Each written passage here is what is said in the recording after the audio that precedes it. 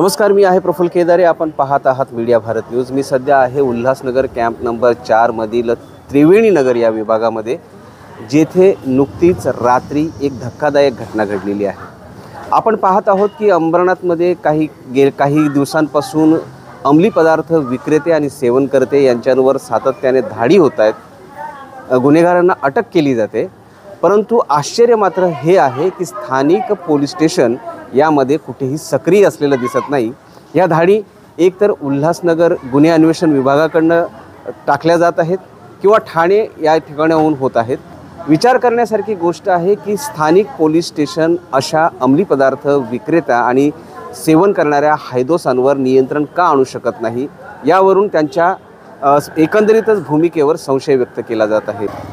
या त्रिवेणी नगरमध्ये अशी धक्कादायक घटना घडलेली आहे. काल रात्री 2:30 वाजताच्या सुमारास अंकुश थोरात ह्या टेलरिंगचं काम करणाऱ्या एका इसमाच्या घरावर इथल्या श्याम बनकर आणि त्याच्या मित्रांनी, जे चरस गांजा विक्रेते आहेत आणि सेवन करणारे आहेत, त्यांनी हैदोस करत थोरात यांच्या घरावर तुफानी विटांचा दगडांचा मारा केलेला आहे. कारण एवढंच होतं की थोरात यांच्या मुलाच्या अंगावर या श्याम बनकरने मोटरसायकल घातली आणि त्याने जाब विचारला की माझ्या अंगावर गाडी का घातली.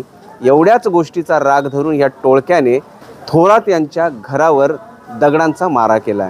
यानंतर संबंधितांवर गुन्हा दाखल झाल्यानंतर देखील जेव्हा पोलीस तपास करत होते, या दरम्यान देखील हेच टोळकं किंवा हेच गंजेडी थोरात यांच्या घरावर सातत्याने हल्ला करत होते. म्हणजे एकंदरीतच हा हल्ला जो आहे हा थोरातांच्या घरांवर नसून हा हल्ला इथल्या कायदा आणि सुव्यवस्थेवर आहे, इथल्या पोलिसांच्या अकार्यक्षमतेवर आहे.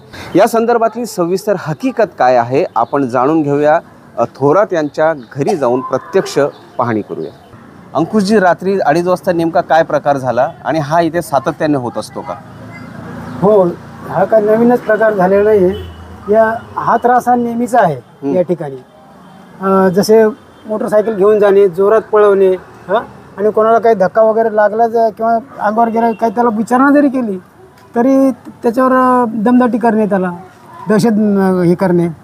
आणि असाच प्रकार माझ्या मुलाबद्दल झाला. त्याच्या अंगावर त्यांनी गाडी घातली आणि त्यांनी फक्त विचारणा केली, त्याच्यावर शिवीगाळ करून दमदाट्या करून मी तुला मारणार वगैरे, असं तसं तुला येऊन बघतो मी म्हणून तो गेला. आणि नंतर ते रात्रीचं तर त्याने तसं 2-3 वेळा त्याने दगडफेकचा प्रकार केला. तसेच त्यांनी शेवटी त्या रात्री आम्ही घरात सर्व फॅमिली झोपले असताना 2:30 वाजताच्या दरम्यान त्यांनी पूर्ण विटांचे मारा दरवाजावर केला. गेटच्या वरून जाऊन लॉक असताना देखील त्यांना तिचा शिगा वाकून आतमध्ये जाऊन त्यांनी लाथा मारल्या. आम्ही सर्व फॅमिली त्या आतून, त्या दरवाजा कच्चा आहे, तुम्ही बघू शकता, पूर्ण कच्चा दरवाजा आहे, तो तुटला असता आणि पडलाही असता तो. आपण आम्ही ताकद लावून तो त्याला जोर दिला, आम्ही जो रोखला, जेणेकरून जर तो तसं काय ते तुटला असता तर त्यांनी आतमध्ये येऊन एखाद्याला तरी गंभीर जखमी तरी केलं असतं किंवा एखाद्याचा खून तरी झाला असता. कारण माझे लहान नातवंड सुद्धा आहेत. या सगळा गोंधळ खूपच झालेला असतो. म्हणजे सगळी रात्र तुम्ही दहशतीखाली घातली. सबंध रात्र पोलीस जेव्हा तपास करत होते त्या तपासाच्या दरम्यान पण त्यांनी हल्ला केला. तपासाच्या दरम्यान सुद्धा झाला. आम्ही इव्हन पोलिसांनी आम्हाला सांगितलं की तुम्ही कंप्लीट करून या. आम्ही अर्धवट जागेत जात नाही त्या रिक्षामधून कंप्लीट करण्यासाठी, तर पुन्हा फोन आला की या ठिकाणी परत ते लोक आलेत आणि त्यांनी हा संबंध वरचा पत्रा हा सुद्धा तोडला. त्याचनंतर म्हणजे असं झालं की ते आम्हाला म्हणजे आपल्याला दाखवतात ते की आम्ही पोलिसांना सुद्धा जुमानत नाही असं. तर तुम्ही मग आता तुमची अपेक्षा काय आहे? आमची अपेक्षाच आहे की आम्हाला हे दहशतीखाली वागावं, आम्ही कसं राहावं हे आम्हाला त्यांनी सांगावं. नाहीतर मग स्वतःहूनच काही करावं लागेल. असा प्रकार जर असेल तर मग जीव घेण्या प्रकार जर माझ्या कुटुंबावर येत असेल, त्यांच्या हातून मारण्यापेक्षा स्वतः जीव द्यावा. मग किंवा त्यांना मारू नये, काहीतरी करावं. काय होईल, सजा होईल, काय होईल ते त्याच्या पलीकडे काय होईल ते आपल्याला तसंच होणार, आपल्याला तेच करायचं. मला प्रकर्षाने एक गोष्ट लक्षात आणून द्यायची आहे की ही नियमित जी रेग्युलर गुन्हेगारी असते त्यातली गुन्हेगारी नाही आहे. ही जी सगळी गुंडची टपोरीगिरी करणारी मुलं आहेत ती 18-19 वर्षाची आणि किडकिडीत, म्हणजे एखाद्याच्या झापडीमध्ये खाली पडतील अशी मुलं आहेत. त्यांना ताकद देणारी जर कुठली गोष्ट असेल तर ती आहे गांजा सेवन. आणि हा गांजा उल्हासनगर, अंबरनाथ या सगळ्या एरियामध्ये खुलेआमपणे उपलब्ध आहे. हा जो पोरगा गुंडगिरी करणार आहे हा स्वतः गांजा विक्रेता आहे. हा या भागामध्ये इथे रिक्षामध्ये बसून गांजाच्या पुड्या विकतो आणि ह्या गोष्टी लोकल स्थानिक पोलिसांना माहिती नसतील असं शक्य नाही आहे. मुद्दा काय होतो की दरवेळेला लोकांच्या घरावरती हल्ले करायचे, लोकांवरती जीवघेणे हल्ले करायचे आणि त्याच्यानंतर पोलिसांनी प्रत्येक वेळेला कारवाई केलेली आहे, गुन्हे दाखल केलेले आहेत, परंतु गांजाचा मुद्दा मात्र टाळण्यात येतो. गांजाचा मुद्दा या गुन्हेगारीबरोबर कनेक्टेड झाला पाहिजे. हा जर गांजा विकत असेल तर हा गांजा आणतो कुठून, कोण पुरवतं ह्याला, इथले मेन गांजा माफिया कोण आहेत या उल्हासनगरमधले, इथपर्यंत जर कारवाई होणार असेल तर हा लोकांचा त्रास कमी होऊ शकतो.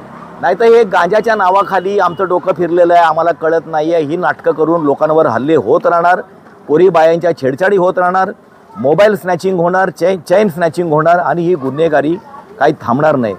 गांजाचं रॅकेट उद्ध्वस्त करणं हा या गुन्हेगारीवरचा एकमेव उपाय आहे आणि त्यासाठी आम्ही पोलिसांवरती दबाव आणण्याचा प्रयत्न करतोय.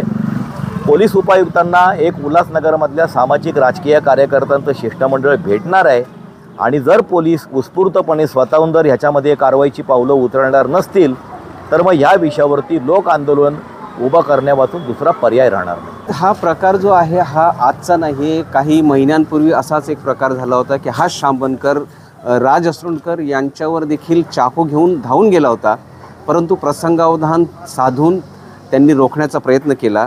अनेकदा पोलिसांना या प्रकाराबद्दल, या गुन्हेगारांबद्दल ताकीद देऊन तक्रारी करून देखील त्यांचा कायमचा बंदोबस्त का केला जात नाही आणि या शहरातून अंमली पदार्थ विक्री जी आहे, चरस, गांजा आणि इतर पदार्थांची विक्री कधी बंद होणार आणि अशा गांजाड्यांचा बंदोबस्त कधी होणार, हा प्रश्न इथला उल्हासनगरमधील साधारण माणूस निर्माण करत आहे.